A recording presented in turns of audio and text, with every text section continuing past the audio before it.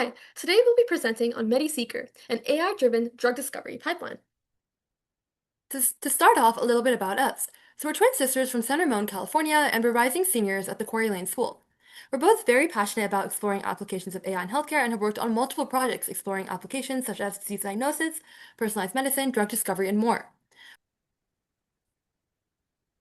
Anti-cancer drug design represents one of the most pressing challenges in global health.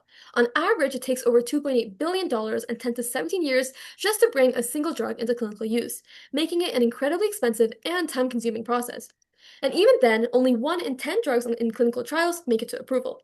This inefficiency poses a major barrier, both financially and medically. AI offers an opportunity to change this landscape. By rapidly analyzing massive datasets, AI can help with personalized drug discovery, the identification of promising compounds, the prediction of drug interactions, and it even holds the potential to reduce the cost of drug development dramatically. AI additionally opens the door to personalized cancer treatment. By analyzing drug cell line interactions, AI can enable precision oncology, predicting how individual tumors may respond to specific drugs.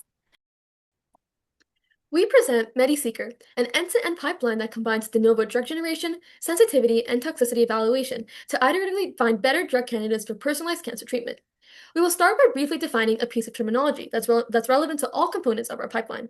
SMILES, or Simplified Input Line Entry System, translates the 3D structure of a chemical into a string of symbols. Canonical SMILES is the unique SMILES representation for each molecule. The figure on the left side of my screen outlines a high-level overview of the components that make up this pipeline: the drug toxicity predictor, personalized drug sensitivity model, selecting promising drugs, and the de novo drug generation.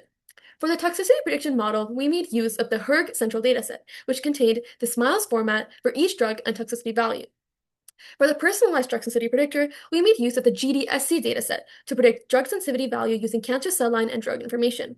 Cell line and gene expression data is obtained from the CCLE dataset. Lastly, for the drug generation component, we made use of the CHEMBL dataset, which consists of the SMILES representation of many drug-like molecules. The first model in our MediSeeker pipeline is the drug toxicity predictor, which estimates the hERG toxicity of a drug based on its SMILES representation, a string format that encodes the structure of a molecule. hERG toxicity refers to the drug's potential to block potassium ion channels in the heart, specifically those governed by the hERG gene. We measure this toxicity at a concentration of 10 micromoles per liter, and the output ranges from 100% indicating full channel blockage to negative 100% indicating enhanced function. Our drug toxicity predictor is a neural network composed of 1D convolutional layers, followed by fully connected layers. It takes in the SMILES representation of a drug as input, learns relevant chemical substructures, and outputs a predicted hERG toxicity score. Next, we'll be moving on to the personalized drug sensitivity component. To begin, IC50, or half maximal inhibitory concentration, is defined as the concentration of a drug in micromoles per liter that is required to inhibit a biological process by 50%. The graph on the left provides a visual representation of how IC50 is derived from the dose-response curve. In our model, the SMILES representation of a drug is first tokenized and then embedded into a vector space. This embedding is passed through a series of linear layers to extract informative chemical features. On the other side, each cancer cell line is represented by a high-dimensional gene expression vector containing 18K features obtained from the CCLE dataset. This input is also passed through a dedicated linear layer to extract relevant biological features.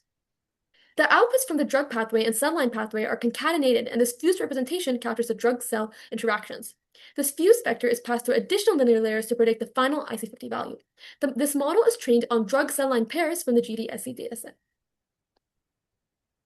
Now that we've predicted the hERG toxicity and IC50 metrics for all drug candidates, our next step is using these values to select the best drugs out of the current candidate pool. Each drug is represented as a pair of values, its predicted toxicity and sensitivity, IC50.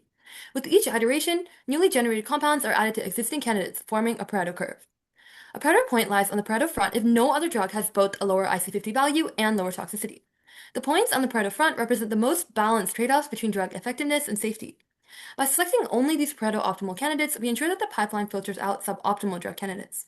This approach supports more efficient and targeted exploration of the drug space. The next step will involve generating new compounds based on these Pareto optimal drugs.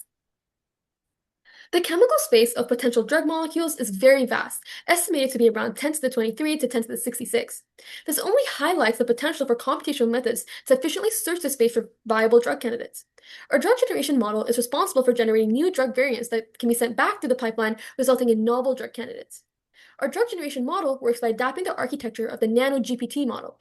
We adapt the architecture of NanoGPT, a lightweight gender transformer, to perform smiles and filling, a task similar to how GPT fills in missing words in a sentence.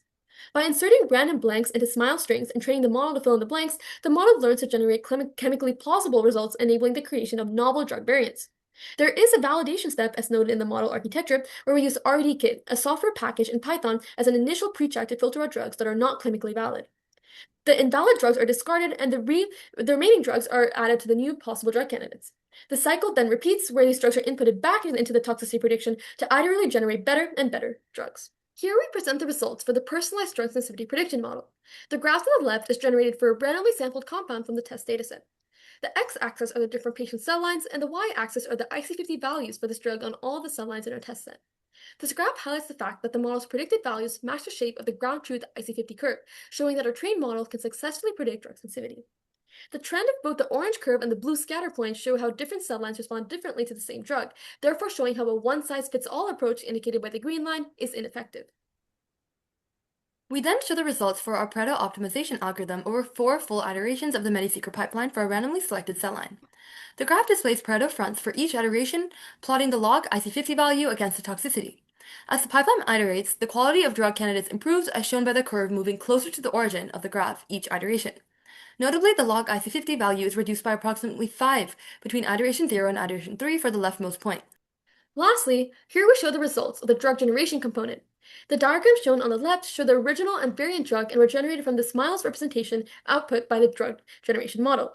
The top figure shows the original drug's molecular structure for the drug with the lowest toxicity in the GDSE dataset for a particular cell line. The drug goes through 4 iterations of our MediSeeker pipeline, resulting in the variant shown at the bottom, which is now predicted to have a much lower IC50 value. Since our method introduces small perturbations at each step, the final drug candidates are different from the original, approved treatments in just a few select positions. By introducing these small changes to the original compound, the model generates a new drug candidate with improved predictive sensitivity while preserving low toxicity. To conclude, we were able to design MediSeeker, a novel AI-based pipeline for personalized anti-cancer drug generation. Our pipeline combines drug sensitivity and toxicity prediction with de novo drug generation, and we are able to successfully generate drug variants that are significantly more effective and less toxic. However, it is also important to acknowledge limitations in our pipeline, which are that it is highly dependent on the ability of our model to accurately predict toxicity and IC50 for newly generated drugs. Currently, our toxicity prediction model shows an RMS error of about 10%, suggesting that there is room for further improvement. To extend our work, we plan to incorporate additional measures beyond toxicity and drug potency, such as chemical absorption, distribution, and excretion. Ultimately, we believe that MediSeeker brings us closer to faster and more personalized drug discovery for global health.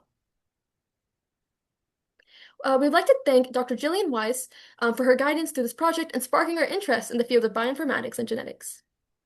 Here's our contact information. Thank you so much for listening. Thank you.